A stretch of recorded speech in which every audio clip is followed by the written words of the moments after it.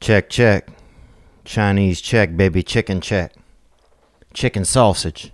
Chick hern. Chickpeas. Check. Check, please. Chicks. Chick-a-doodle-dee. Remember chickadees? Remember that? Remember chickadees? It was a little, like a breakfast place. I don't know if it was chickadees. And you go in there and they had, they give you the menu, and they would handwrite the menus every day. Which I think is probably why they went out of business. I mean, at that point, you're more of a calligraphy shop or something. I mean, I don't know. They say home of the handwritten menu. That was their big ticket. That was their big, get you in the door deal. Home of the handwritten menu. And then they handwrite them, and then I don't know what happened. I don't know if there was a fire or something. Something happened over there. But anyway, what's going on, man? Not much. Chickadees, that was it. And I go over there and get me a little breakfast.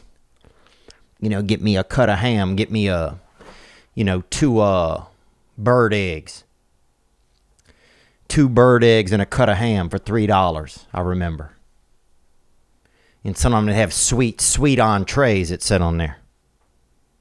A little bonus section on the menu, it said sweet entrees, and it'd have get you a little hot cake or what's that food we won in the war? French toast. Get you a little, savory item. Get you something like that. Chickadees, it was called. And sometimes when I missed school, if I would miss the school bus, they had a man that would take me to school. And I don't remember his name, but he was just kind of a mysterious looking man. And he might have had, I don't know, cancer or something, but he had, his son was named Big Donald. And his son was named Big Donald, even though he was little. And sometimes I would miss the bus. And his son, I think, had maybe even dropped out of school. But I would miss the bus, and the dad would take me to school in his car. And he drove a car that it wasn't a hearse, but it was like, it seemed like a hearse, Like they probably had ghosts in the trunk kind of thing, kind of vehicle. It was just, I mean, if you got in a car accident in this car, you were going to die because it was just real long and black. And I think it was a hearse, but they had sawed off the back and made it into a regular car. And that was Big Donald's daddy. And he would take me to school when I would miss school or when I would miss the bus. And sometimes he would come out at first and he'd say, "Did you miss it?" And I said, "I don't know." And he said, "Maybe wait a little while." And I would wait a little longer. And he knew it had already passed. He was just kind of, just getting me calibrated for a life of, I guess, uncomfort or of, uncertainty. I don't know. But he'd come out another time. "Did you miss it?" I don't know. I don't know if I missed it. I mean, it's 9 a.m. I've been out here for an hour and 45 minutes. School started at 7:30. I probably missed it. And he'd say, "Well, just, it could show up." So I sit there and wait. It start getting hot. Have my little book bag on. Feel my books heating up. Feel my homework all hot. I didn't do my homework, actually, man. I just feel my books hot. Okay, I'll be honest with you. And then he'd say, "All right, come on, I'll take you." And I think since his son had dropped out of school, since his boy had given up on, knowledge or blanket knowledge, or governmental knowledge, really, education, that they were, that it was his chance to still have that moment with his son.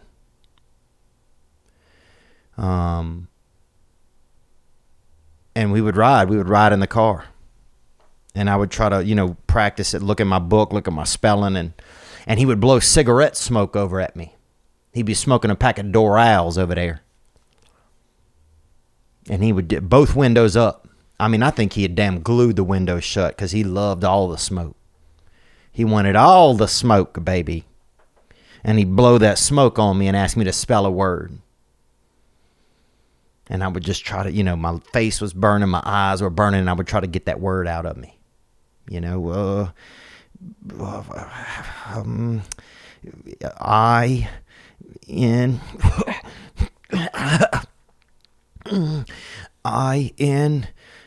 C. What is it, buddy? What is it? And he'd blow that smoke on me. Like INCON.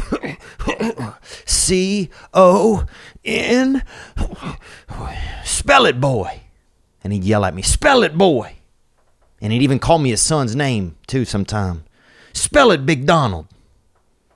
Spell it, Little Donald. And he couldn't remember sometimes if his son was named Big Donald or Little Donald.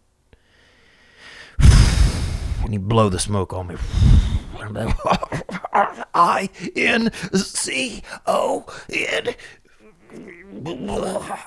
Inconvenience.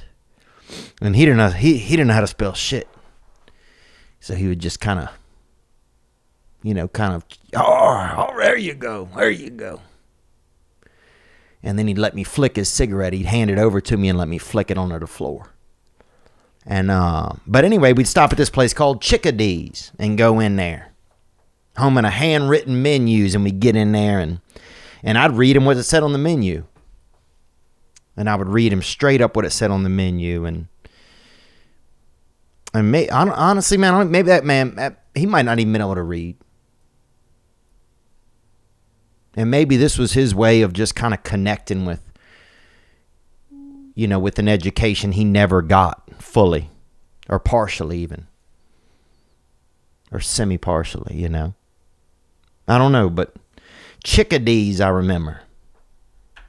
And then they, I think the guy with the best penmanship didn't come in or something. He got in a fight with his wife, and then, and they didn't have a menu. One day we went in there and they didn't have a menu, and nobody knew what to do. The waitress just standing there with her arms in the air, and the cook just fucking gave up, just cracked a couple eggs right into his damn mouth and just walked out. And I think they burned the place down for insurance for insurance money. But anyway, what else, man? Let's get into the episode, brother gang. You know it.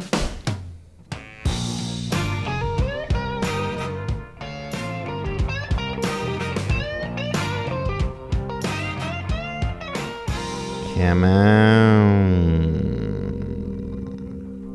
I'm just sitting on your front porch, wondering how could I be so far from my home.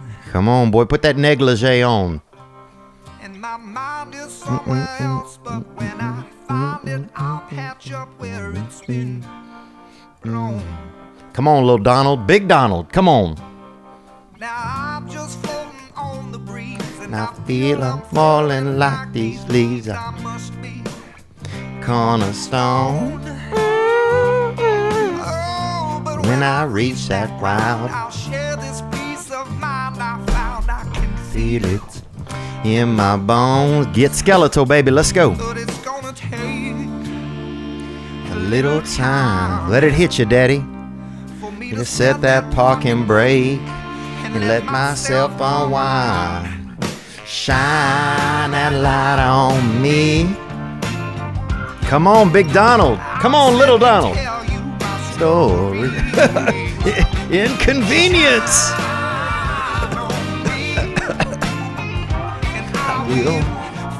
What can I get you? Just for you. You want them over easy or what?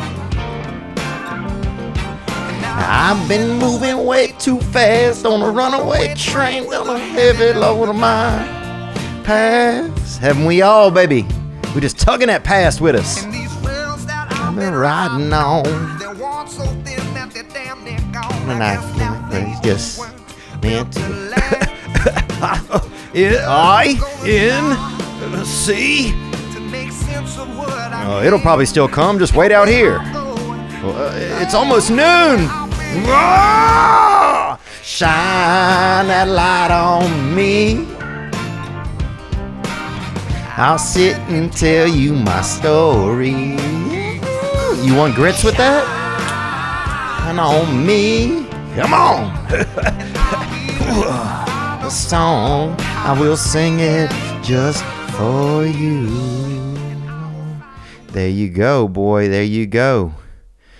And that fade out. Oh, I couldn't get that fade out well right there. But I wanted to. I'll say that I wanted to. Good to be here with you. And it is middle of July, halfway to Christmas. Can you? Hot damn. I mean, if you put your ear up to the beach, you can hear. I mean, you could hear Santa just tightening up a couple toy trains out there, you know. It's halfway to Christmas, man. Good to see you guys. We are here, July 20th, 2020, the year 2020.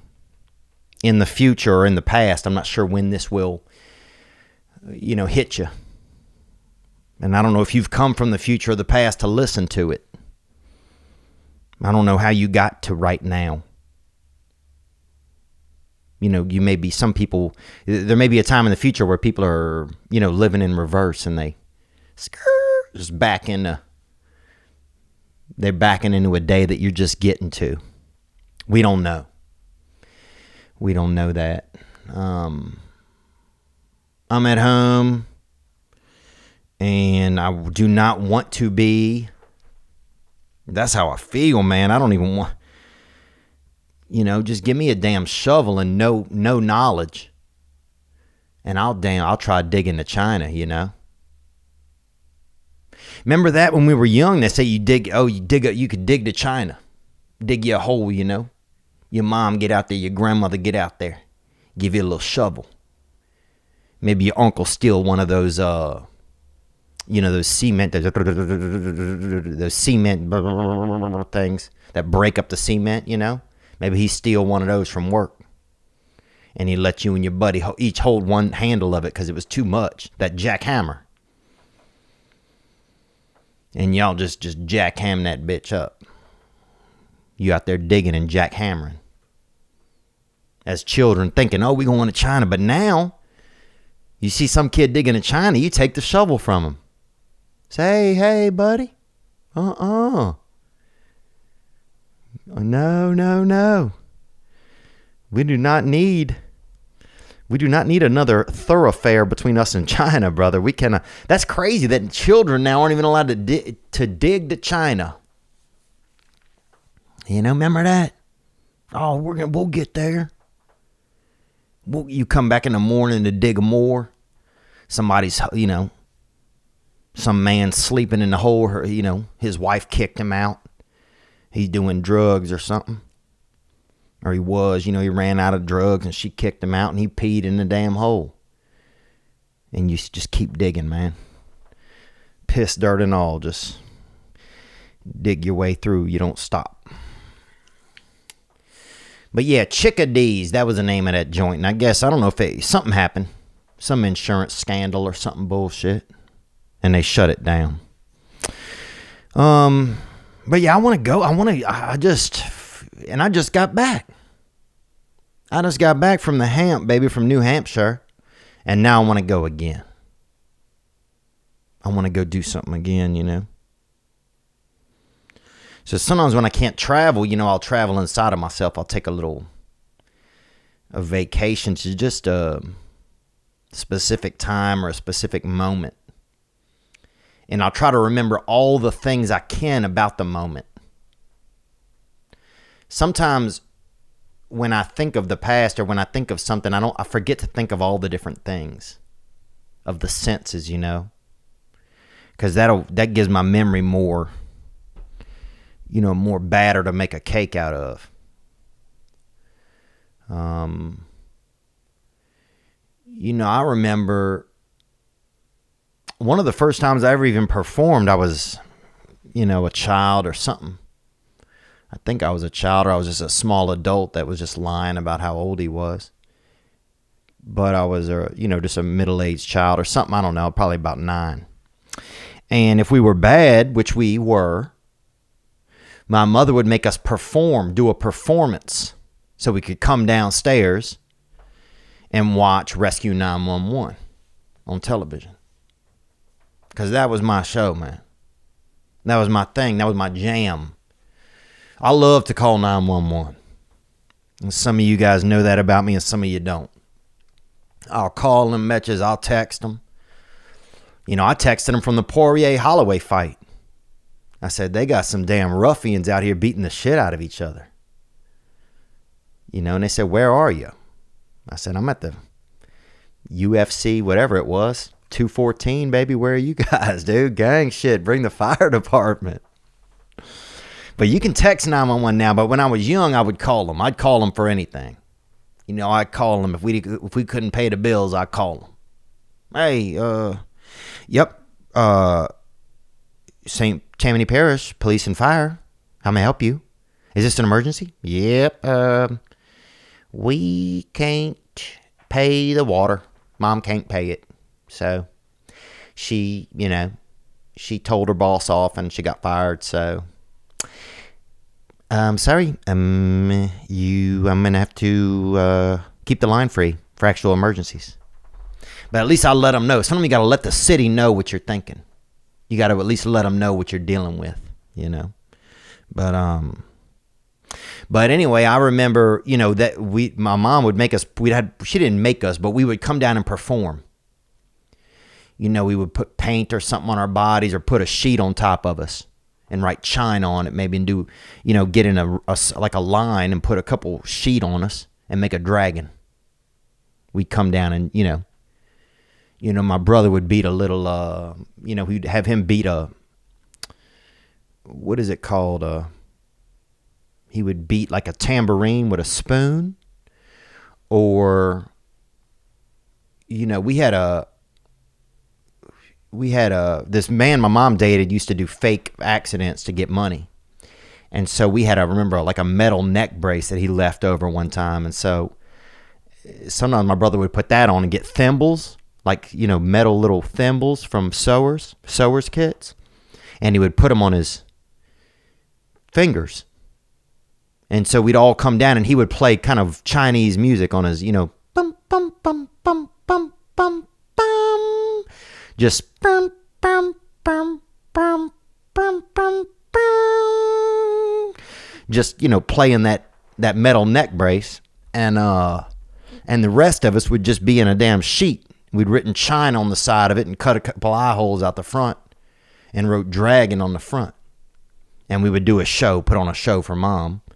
And if she liked the show well enough, then we were allowed to sit there by the television and watch Rescue 911. Or, you know, a couple other programs, Unsolved Mysteries, Rescue 911, America's Most Wanted. I mean, we liked to watch shit that was very fear-based. And we would sit, dude, we were kidding. I mean, we would sit literally 2 inches from the television screen. I mean, our television was as big as 2 iPhone 9s. I mean, that bitch was as big as like a double wide iPhone 9. And we would sit there 2 inches from it. And just let the devil just go straight into our eyes. And that was, you know, that was some of the first times we would perform, that I would perform, I remember as a child, was coming down and doing that. And performing for Mom. So that we could watch Rescue 911. And here I am, you know, 30 years later, still performing for television in a weird way.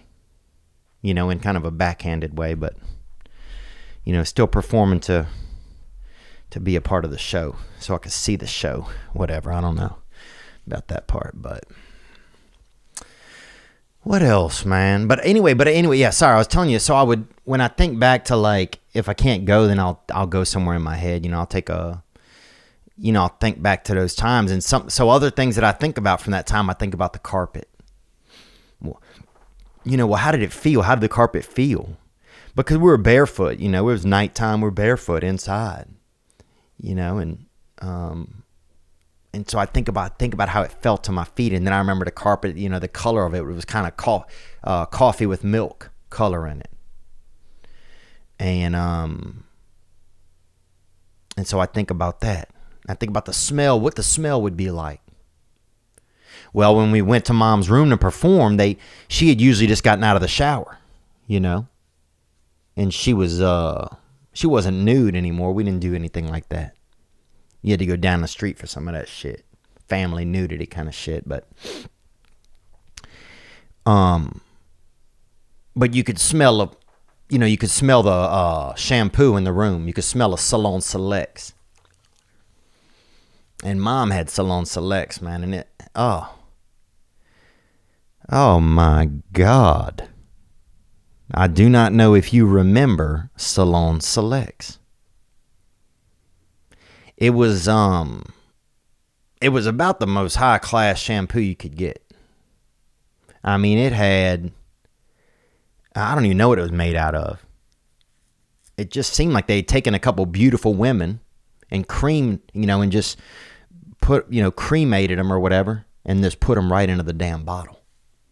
And then they put 2 scoops of frickin' California in there, and maybe half a scoop of hibiscus up in there, and then they would trim an angel's wings right into that bitch, heat it up to about 240, and then let it simmer, and then bottle it.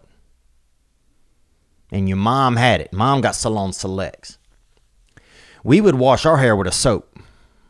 We would wash our hair with a soap, or sometimes we would put a soap bar in a sock, and you would rub that on your head so as not to lose all the soap. That way you weren't, the soap would stay in that sock. You weren't because otherwise you give us a bar of soap, somebody, we'd use it all in one bathing.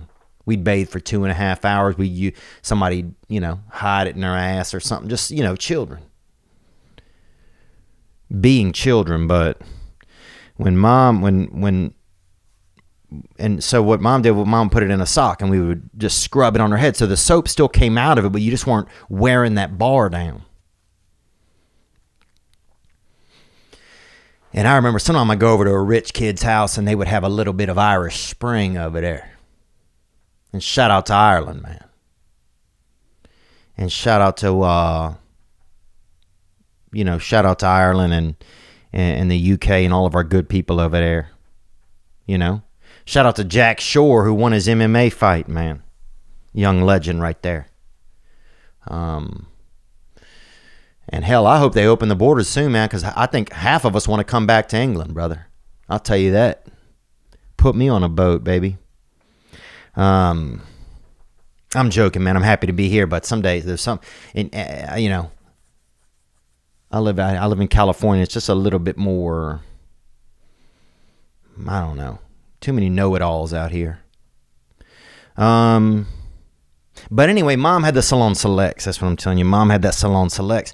And if you, sometime I would say, oh, Mom, I'm out of shampoo. I'd run into her room and I'd reach my hand in the shower. Mom would be in her shower. And I would, if I was lucky, boy, she'd put a little Salon Selects in there. And the problem was my body heat would start to kind of make it thinner. Your body heat, like you can only hide Jell-O in your hand for about 40 minutes before you just got a little handful of something. And you have to tell people, hey, this used to be Jell-O. They don't believe you. And that's what it was like. So I'd have to run all the way back upstairs, get back in the shower, and put it into my hair before it all kind of dissipated or snuck out the little cracks in my fingers. But damn, I love that, man. And I love when Mama give me some of that Salon Selects, and I remember God, I remember that, boy. And sometimes I'd wash my hair with it, and sometimes, honestly, bro, I'd wash my damn body with it. And sometimes, honestly, double honestly, I'd freaking lick a little bit of it right out of my damn hand, bro. God damn. Forgive me, but God. Just tasting that damn hibiscus, brother. We didn't have hibiscus by us. So to just get a damn hit of it out of that bottle. But I remember that was another thing I remember when I'd go into Mom's room. You could smell that because she had just showered recently, you know. And so you could smell it in the air. But anyway, little things like that just bring me, you know, when I think of when somebody's like, hey, do you remember? I try to think of, okay, well, what was something that I felt at the time? Okay, I felt the carpet. I remember that. I remember, you know, how my body felt when I was young. I wasn't aware of it. Now I'm so aware of my body. I got to move and I got to think about what I'm doing, and, you know, I got to reach for something. It's all. But when I was young, everything was it went from an idea or a thought in my head to an action. There was no delay. There was no age in the gumming up the works, you know. There was no Doral smoke between my brain and my activity. You know, it was just immediate, just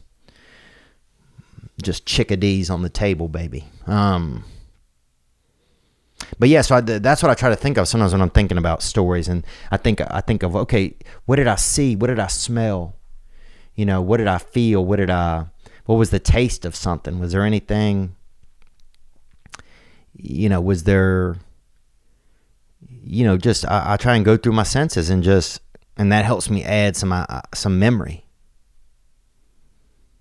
Sometimes I think all of our everything we've ever done is inside of us. Sometimes I think that, but you have to there needs to be a key to unlock it, like a person will talk to you or remind you of something, or you know, different stuff like that.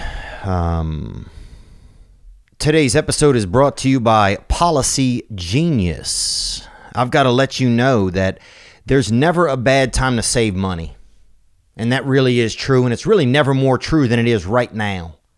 You know, we don't know the future. You know, even if you go to a soothsayer or, you know, a crystal ball person, and you say, hey, two hands in the air. They don't know. So finding smart ways to put some cash back in your pocket can make a big difference. One way to do that is to simply save on the things you already pay for. That's easy. Like home insurance. If you own a home, reshopping your home insurance rates with Policy Genius could save you a good chunk of change. You need that. And the best part is you barely need to lift a finger to do it. Just head to policygenius.com and answer a few quick questions about yourself and your property. Then Policy Genius will compare your policy against options from top insurers to make sure you're getting the right home insurance coverage at the best possible price. If Policy Genius finds you a better rate than what you're currently paying, they'll do all the work to get you switched. Own a car? Policy Genius will compare your home and auto policies across different insurers, and even mix and match. They're looking to find you savings. They've saved their customers an average of $1,200 per year doing exactly that, finding new home and auto policies across different insurers. So if you'd like to put a little cash back in your pocket right now, see how much you can save by reshopping your home insurance rates at policygenius.com. All right, let's take a call here from Larry the driver. Onward. I'm driving along here. And Larry drives, hell, I don't know where he drives, but he's left a lot of voicemails about, you know, vehicle operation and that sort of thing. So let's see what he's doing. Go on, brother. Into my place of employment, and I had a thought, and I said, who better to call from Schenectady to share this thought with than the Theo Von one. So, I just saw a guy, neighbor. He's walking his dog. His dog's a German Shepherd, very narrow face. You know, they have features. Then I looked at the guy and I'm like, wow, he's starting to look just like that German Shepherd in the face. Narrow, kind of, they were going up a hill, head pointed forward, face forward, everything going up the hill.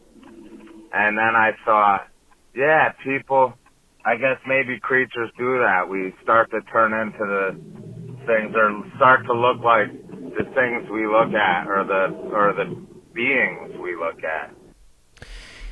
Amen, brother. Thank you, Larry, for that, man. You're right. I think you're definitely right about. I mean, I don't know if you're right or not, but you saw what you saw. You know, it's not like you're reporting a damn UFO. You're reporting obviously a lean, guy who's Italian or maybe Judeo-Italian going uphill with a German Shepherd. You saw what you saw. But yeah, I think we start to reflect what we focus on, man. It could be a dog. It could be if you listen to Tekashi 6ix9ine all day and watch all of his videos, which are awesome. Okay, I'll say that. But if you do it all day, every day, next thing you know, you're going to get a couple Skittles embedded into your cheek, You're going to braid your hair. You're going to freaking be out of work. You're going to be, you're going to be hiding in a townhouse out there in, somewhere. Probably, Toledo or Boise. But it's like, yeah, you're going to become whatever you focus on. But people do that with animals for sure. You'll see a lady with a Shih Tzu named Sharon. And then people start saying, oh, that's Sharon, Shih Tzu Sharon. And both of them, they got, matching little side ponies. And, they're both eating out of a bowl or something by the back door of her house. It's just bizarre stuff. You see a lot of that. You see a lot of Megan. You'll see a lady named Megan with a Maltese. And they'll be like, oh, that's Maltese Megan. And you throw a Frisbee and Megan runs and, tries to catch that bitch and gets hit by a Ford Fiat, bruh. And you're like, But yeah, people start to become what the animals they have. You see it with riffraff even. Riffraff, who's that rare element. He's the Bermuda Triangle of humans. And he's got a couple huskies, and he starts to, he starts to mimic them and sound like them and move like them. You'll see him on all fours pissing on a hydrant over there down there near Deer Park, Florida. But I'm just saying, yeah, whatever we spend time with, you see that a lot, especially the dog-human element, that combo package.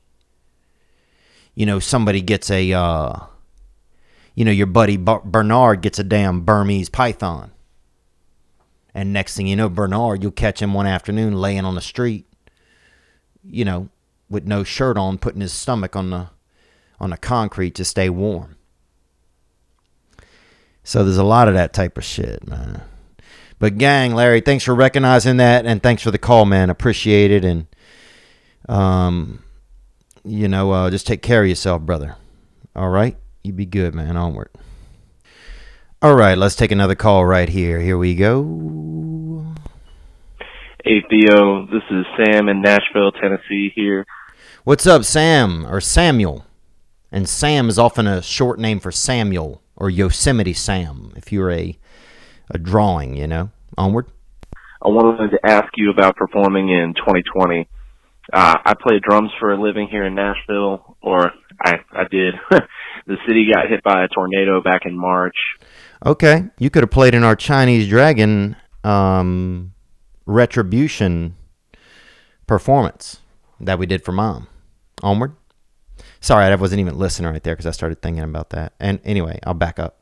The city got hit by a tornado back in March, which took out some of the venues. And then shortly after that, the Corva took over, which, as you know, canceled all the tours and a lot of the gigs in town, too.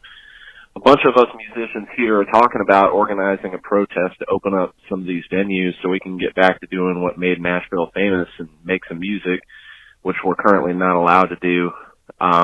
I know there's a lot of folks out there that don't want us to do that, and I don't want anybody to get sick. But I guess I'd say stay home if you're worried about it. Not trying to be insensitive, but really itching to go back to work, make some music, and pay some of these bills. Wanted to hear your input since you're a performer and you're feeling these struggles too. I know that the virus is real and all that. It's just, you know, especially for people up and coming, it's you know, we got bills. So.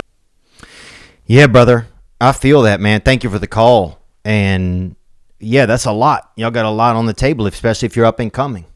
If you're trying to, you were building momentum, and then all this momentum, you know, just really slowed to a grind. You know, one thing I'll think about that is at least everybody's momentum slowed to a grind. So it's even, I think a lot of times it feels like it's just us, you know, or just you, or just your band, and I'm not saying you're saying that. I'm just saying sometimes it lands on us that way. But, you know, it's interesting that it's everyone, because we're not used, that's the element that we're not used to, is that everyone had to stop. But yeah, I feel you sometimes. I feel you. You know, my mom said, look, if I'm going to die, I'm going to die. You know, she's ready to get out there. She'll fist fight the devil. You know, she wants to live what life she has remaining. A lot of people do. Large venues are tough because a lot of them, they don't want to open up because it wouldn't even, the cost to rent the space and everything, it's not even cost effective to have a show at it if you have to have people spaced out so far. Yeah, I feel you. Could you just have a show where it's like, hey, if you want to come, this is just listen at your own risk? Why can't that be a thing? You know, just listen at your own risk. That's it. You know, just like at the pool, they say, oh, wait, you know, if you have a bologna or something, you know, you have a little bologna sandwich. You have maybe, you know, half a dozen Tootsie Rolls or something in a Bark soda. And they say, don't swim. But, you know, Daniel, bro, he don't give a damn, dude. Daniel fill his mouth with freaking, you know, he'll put 3 beef franks in his mouth and jump straight in the deep end, dude. He'll plan his funeral in the morning and then die in the afternoon, bro. You know that's how he is. He's risky like that. He'll eat and swim at the same time and he's never taken a lesson. He don't care. That's who he is. So they should have an option, I feel like, for people that want to be Daniel. And then I think then it's like we get to see, we'll see what happens. But I'd rather die over there at a damn Billie Eilish show than I would just hunkered down watching 48, the first 48 again. It's like, how do you want to die? You want to die at the Louisiana Children's performance of the Chinese Dragon? Or do you want to die sitting at home watching, Clarissa Explains It All or something reruns? So, yeah, I'm ready. I was just looking yesterday, talking to the agents about getting a tent and maybe doing shows like that. Maybe maybe there'll just be smaller shows and there'll be more traveling type of shows coming up, and it'll all take on a new way that we embrace it. I don't know. I don't know, man. I wish I had some solace for you, but I feel you. I'm just itching to be. The biggest thing I'm itching to not forget what it was like before this. Because the more and more we live this, that's what starts to happen. You forget how, not comfortable, but just you forget what was going on before. and you kind of become okay with this now. And people say, well, that's, there's risks to that. That's, people could die. But then here's the thing. Those people are choosing to go die.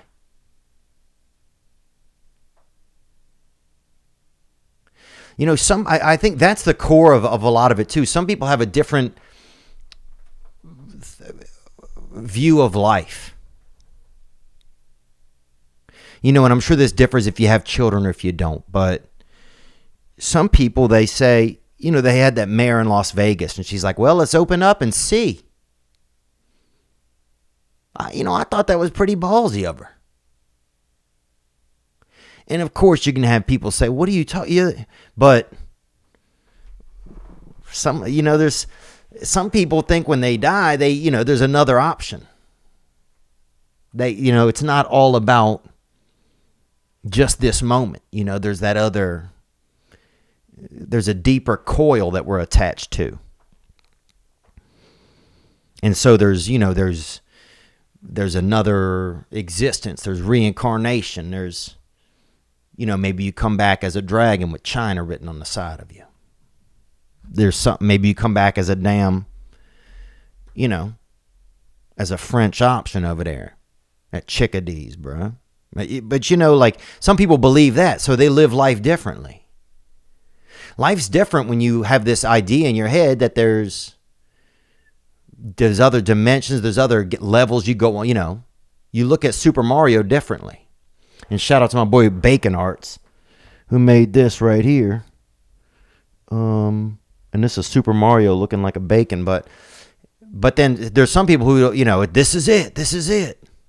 And so they're so caught, they don't have that extra, those next levels that they have in their psyche, and so they think it's all right here, right now. This is it.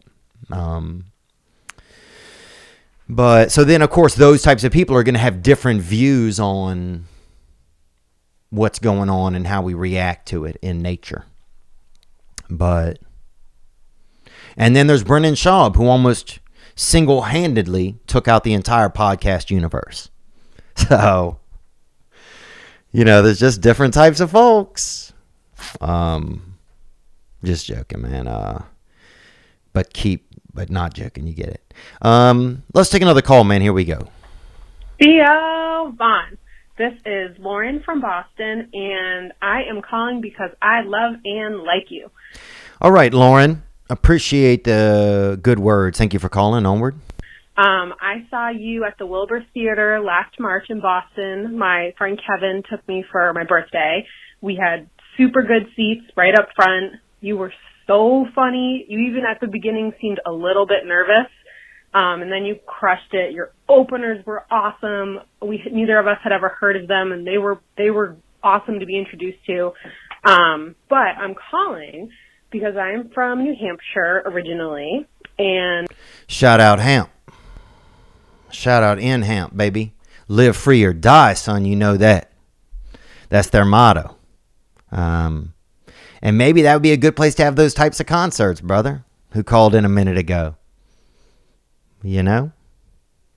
Out there in New Hampshire where, they got Dunkin' Donuts. They got a cemetery right there. You go to the show, you hit the urgent care after, and then boom, you're in a cemeterio if it doesn't work out. Otherwise, you're living free. Gang, man, onward. That rural outskirt, where, before Trump's America was a thing, it was Trump's America. Confederate flags up north, trucks with lift kits. People say yes, spelled Y-U-T. Yep. And a lot of those folks, became Trump voters. And I'm down here in Boston. I went to college here and I stayed here. And it's hard to explain to people the nuance. I'm a feminist. I'm progressive in many ways. And I still have love and respect for the people I grew up with. And I feel like a lot of that is being washed away on both sides. And there are little places where it still lives, and you help remind people of that you can be many different kinds of a person and love many different kinds of people. And I just appreciate it. Well, man, this audio is jacky today. thank you for the call, young lady. And I think that's nice that your boy Kevin took you out there to see the show. And that's a real, when you get out there to see the show, that's really, I mean, man, it's fun. I feel like, I've said before, a lot of times I want to be I want to be sitting in the audience. I don't want to be up there on the stage. I want to be out in the audience and be able to enjoy the show, and I do enjoy it, but it's just a different type of thing. There's a lot of people in America that are going to vote for Donald Trump. There's a lot of people that like him. Certainly in the places that I grew up. And there's people that are in my family that love him. There's people that don't. There's people that don't love him, but that will vote for him. There's people that will vote for Biden if he runs. There's all types. But I do think it is interesting how, I'll never turn my back on any of those types of people. I don't care. I don't think anyone should tell you who to vote for. I really, really don't. I think that's your thing. And it gets to me how I see how people where I'm from I see how people that love Donald Trump love him. I see how they support him. And I don't know. I mean, I think there's some people that love him, but I think there's some people that just vote for him. But I see why. I certainly see why when it comes to being poor and white. Because everybody else looks at you. The media makes fun of you all the time. The only people you can make fun of still are poor white people. On any television shows, it seems like. If you're from a poor white place, they immediately say you're racist. They say you're dumb. They look over us. I don't know. But yeah, I don't care who you vote for. I hope you vote for somebody that you like. I really do. And I don't care what side of the track that they're on. I really don't. I've voted for candidates on both sides, which I don't even know if you can legally do that. But anyway, I didn't mean to just kind of ramble on a lot of that stuff, but yeah, it hurts me. It hurts me a lot of times when I hear people say certain things, because they just assume. They assume that people where I'm from are racist. Man, you know how many times we spent building Habitat for Humanity houses, going to help with those for poor black families in our area, and we didn't have a house. I was on the same bus as those kids. But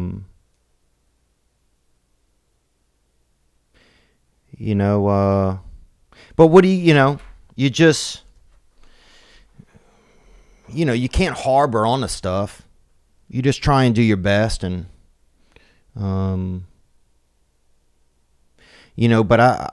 I've seen a lot of great stuff from a lot of the areas that other people these days, and a lot of other people, it's just the media, it seems like definitely seems to look down on. Except for when they want to sell you something, boy. They'll take your money. So that's what people should start to do, is just be careful where they put their money, Because some people, their perspective is just one thing. So it's like you can't get angry at a fish for being in water, man.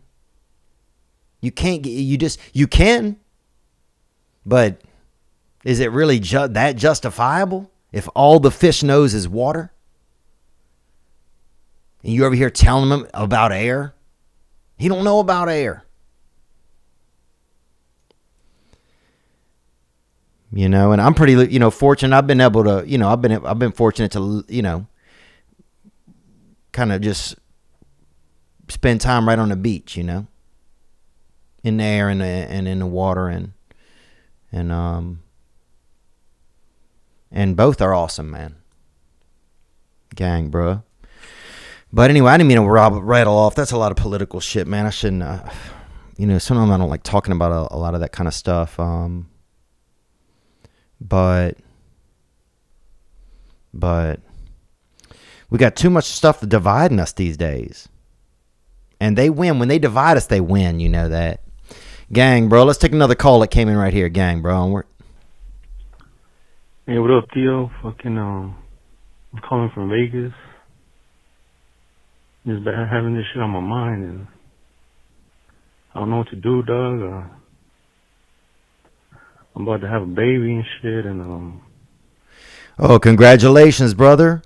That's awesome, man. If you get a baby, dude, then you get a real gift. To think that somebody is entrusting you with a life. That's pretty amazing. That's crazy that the other side of existence is straight up mailing you a life out of your girl's body, dog. That's crazy, bro. That's the original FedEx right there, son. Gang. I went through my girl's Facebook and all that shit. Come to find out, she's like a low key little hoe before I got with her, and she was fucking some fucking fool I don't even know, a month before she met me and shit. And I've been on her Facebook, and I see all the fucking motherfuckers that she used to have liking her pictures and all that shit. She don't have them on there no more. But I had to check her at least 3 times about that shit, and I'll be finding shit on her conversations with her fucking family and all that, and she's over here talking about how she used to fucking have motherfuckers up in her fucking apartment and Dang, bro. Appreciate the call.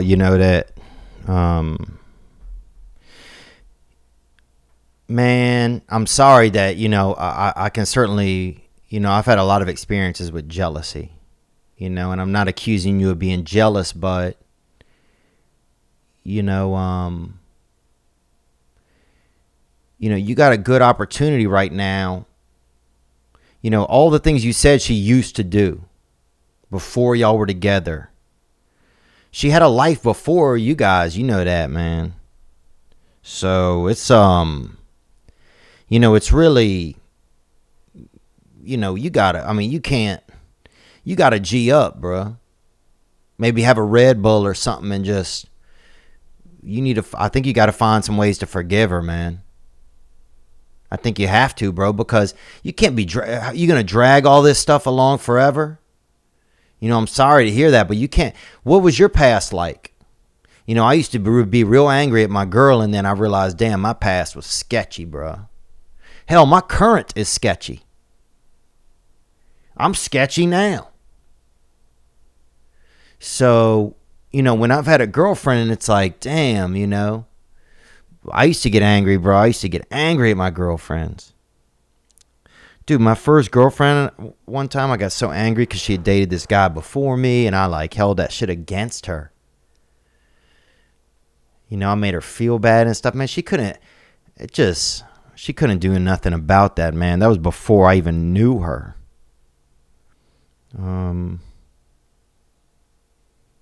So, I think you just got to find some ways. You got a baby coming.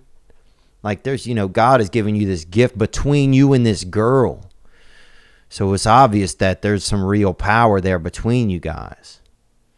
And I know it's going to be hard, man, but I think you just got to forgive her and you have to let it go. I'd maybe even find somebody to talk to about it. I think that could help, man. I really, really do. And I'm sorry to just kind of sound like I'm telling you what to do, but I just want to see you enjoy this experience. I don't want to see you look back and, because it sounds like you're just angry. And I don't even know if you're really angry at her, if you just angry, and, I don't know. The last thing we need in this world is some kid coming into it and, and people fighting over the past. We got enough fighting over the past going on in the world. And so I think if you can do it, man, you're gonna have to let some of that stuff go. And be a cool dad and start a new adventure with her. You know, I know it's really hard, but you can like just be supportive of her and just be a man so she doesn't have to be with these fools anymore. You know, you're lucky you caught her from these fools. You know, and a lot of Latinos, man, they like to fight in a car wash. I remember. I went to school over there in Tucson, and kids always fist fighting over there in a car wash. And then somebody get the suds gun and fucking go to town on some little dude, you know? Little Hector getting, you know. Oh, you like the limpio, Hector? You like the limpio, papa? So it's, you know, it's just, you can do it, bro. But, you know, I would find somebody that you could talk to that can really help you about it. And maybe even go into like a 12 steps for anger, anonymous or something. And I'm not trying to call you out. I'm not trying to say you're a bad guy or anything like that. I'm really not. You know, we're just people, bro. And it's not easy being people. But that baby, man, I just want you to have fun with that baby, you know? And you got a great chance. She didn't have a baby with any of those fools, bro. You the one. So go get it done, Daddy. You can do it. You know, I really think you can do it. All right, let's take one more call here. Actually, this is a good place to let you know right now about BetterHelp. That this episode is brought to you by BetterHelp. BetterHelp will assess your needs and match you with your own licensed professional therapist. You can start communicating in under 24 hours. It's not a crisis line. It's not self-help. It is professional counseling done securely online. There's a broad range of expertise in BetterHelp's counselor network, which may not be locally available in many areas. You know, it's interesting. We'll get like a gym membership, but we won't get a membership to take care of ourselves emotionally. And I think BetterHelp offers you that. You get timely, thoughtful responses. Plus, you can schedule weekly video or phone sessions, so you won't ever have to sit in an uncomfortable waiting room as with traditional therapy. BetterHelp is committed to facilitating great therapeutic matches.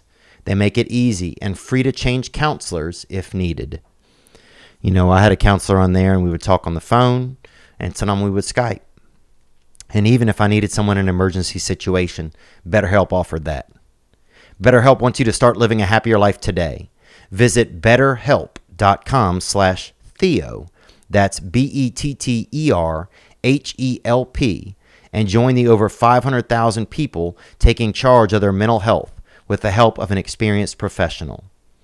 That's right. Special offer for this past weekend listeners. Get 10% off your first month at betterhelp.com/THEO.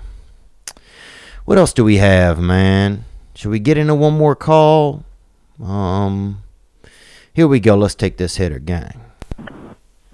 Hey Theo, this is Mike from Illinois. Got a question I want to run by you.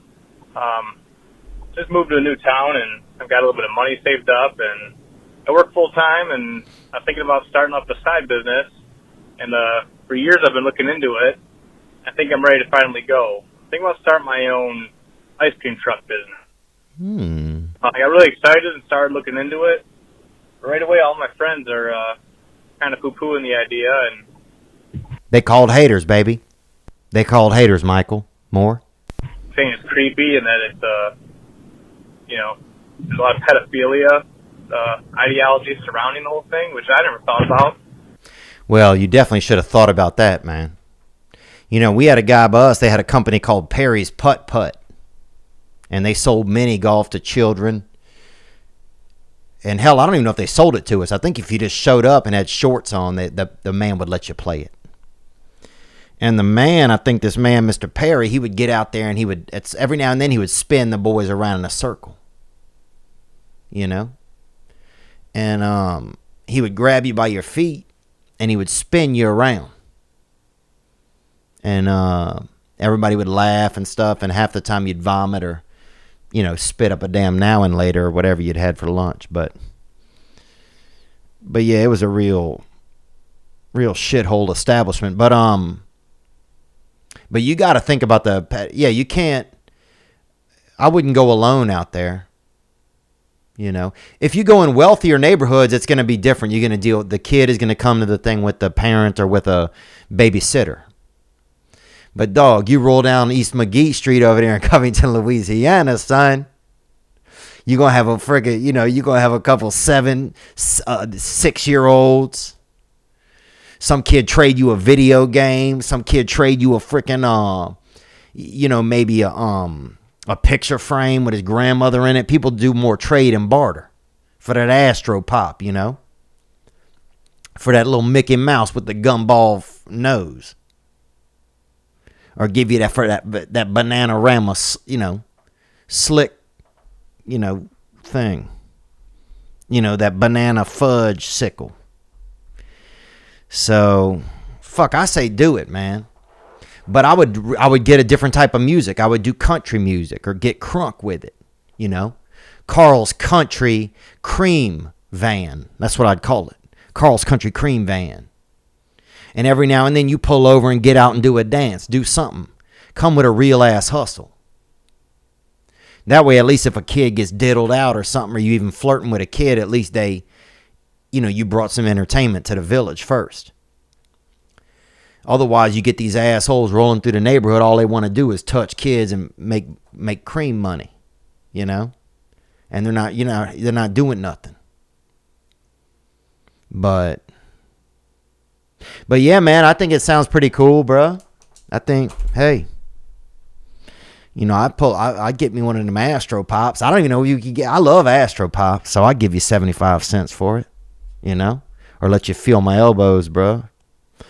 You know that shit, boy. Shout out Perry. Shout out Perry's Putt Putt. Real rot gut establishment over there.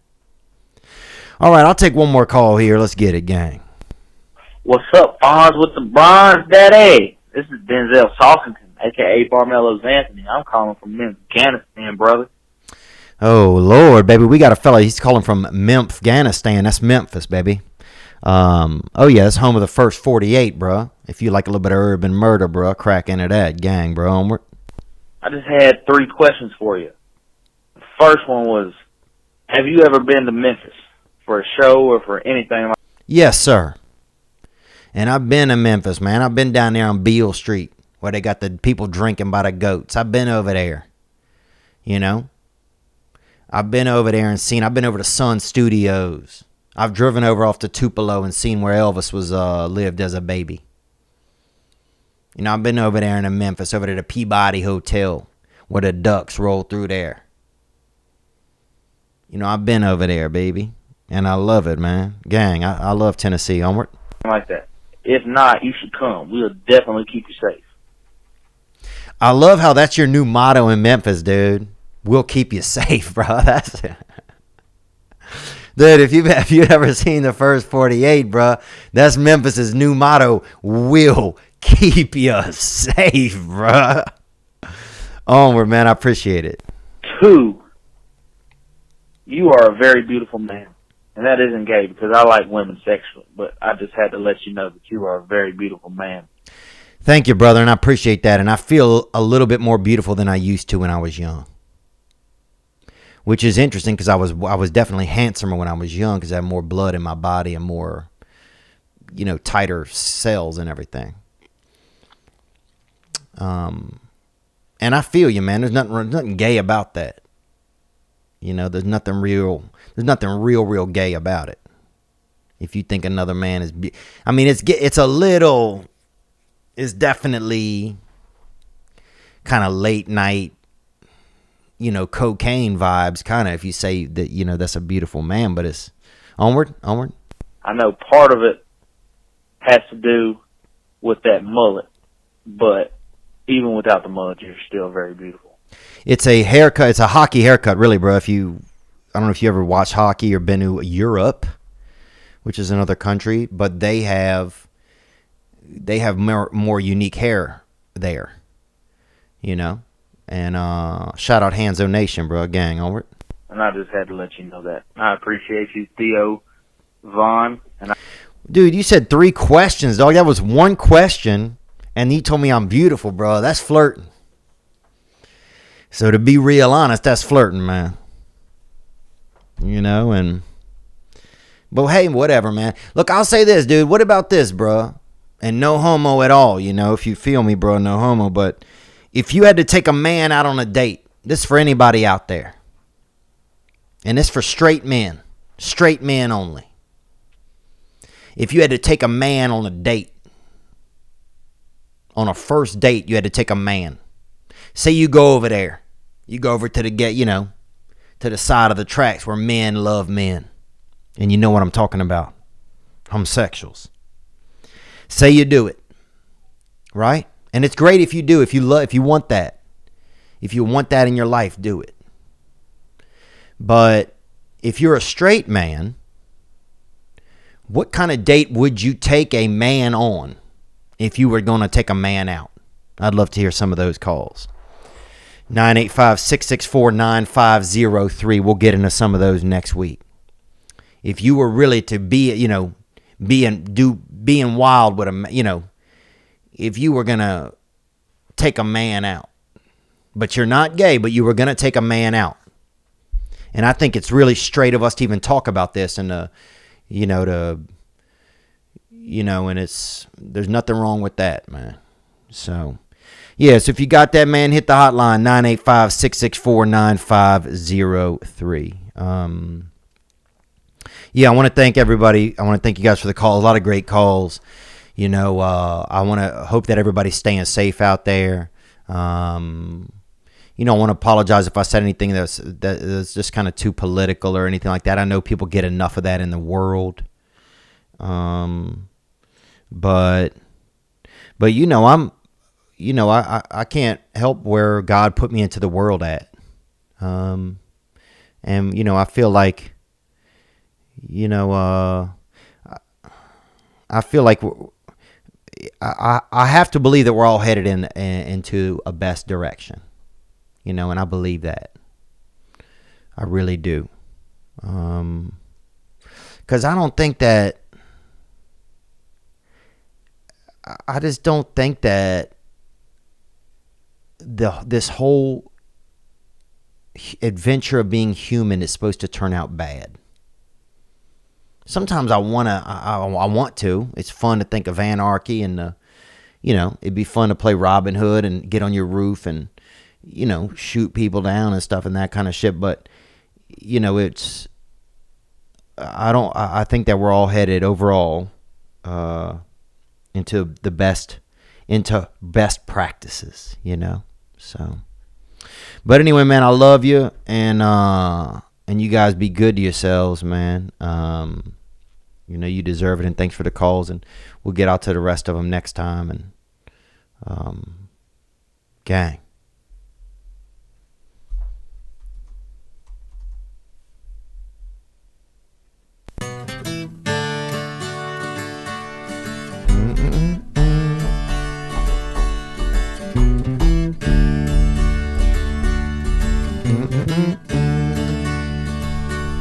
Celebrate living, celebrate misery. You know that soon we're gonna die. Let's have some fun while we all die. Celebrate dark days, celebrate all your pain. All of the demons exercised. Let's have some fun while we all die. Also, I wanted to thank all of our Patreon supporters. We just put a new video up on there too, just so you can check it out. And, I know we've pared down our Patreon and made it very limited of what we're offering there. It's just basically a very low-level support. Of $2, but still there's a lot of people that choose to make that support, and I just want to say thank you very much. You guys be good to yourself, gang.